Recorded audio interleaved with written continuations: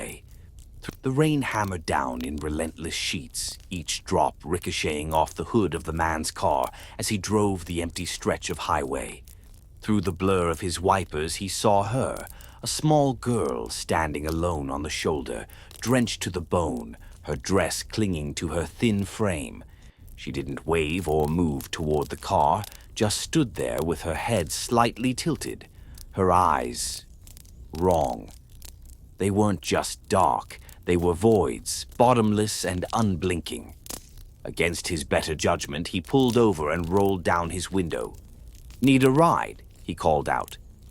Slowly, she nodded, stepping toward the car without breaking eye contact. She slid into the passenger seat without a word, water dripping onto the floor mats. Her skin was clammy, her hair plastered to her face, and she kept those empty eyes locked on the windshield. "Where to?" he asked, forcing a nervous smile. Her lips barely moved when she spoke, the words almost swallowed by the rain. "Home."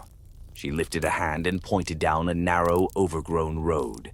He followed the direction, tires crunching over gravel, until they stopped before a sagging house swallowed in weeds, its windows boarded and its porch sagging like it might collapse. When he turned to tell her they'd arrived, the seat beside him was empty. The wet impression of her body still darkened the fabric, and a slow trickle of rainwater slid down the seatbelt that was still buckled. He turned back toward the house and froze. She was standing in the yard, staring at him through the storm, those hollow eyes gleaming faintly in the lightning.